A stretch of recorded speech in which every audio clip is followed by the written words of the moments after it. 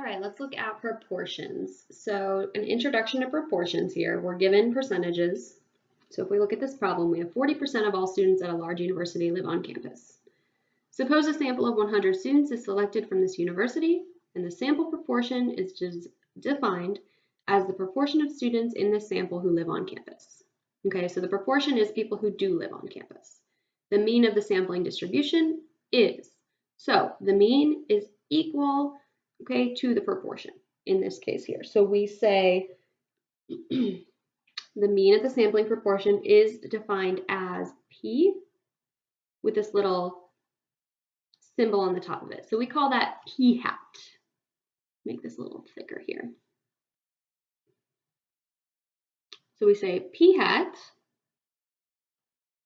is equal to the mean of P hat, which is equal to P. P, remember, P is your positive amount, Q is your negative amount when we're doing probability. So when we want to look at that, we say 40% do live on campus. So P would be the percent who do live on campus. And then, I guess on campus. Okay, and then Q is going to be the percent who do not live on campus. Okay, so P is going to be, tells you right here, 40%. Okay, so P, 0.40. Q, if we wanted Q, which we'll need for the second problem, 0.60. Okay, so the mean is going to be equal to that positive amount there that's given to us. Okay, P hat is equal to the mean of P hat, which is equal just to the P. All right, next part of the problem, so moving forward, same problem, now what we want is the standard deviation. Okay, so the standard deviation of a proportion is going to be given to us like this. So you go standard deviation of P hat, so P hat notates proportion.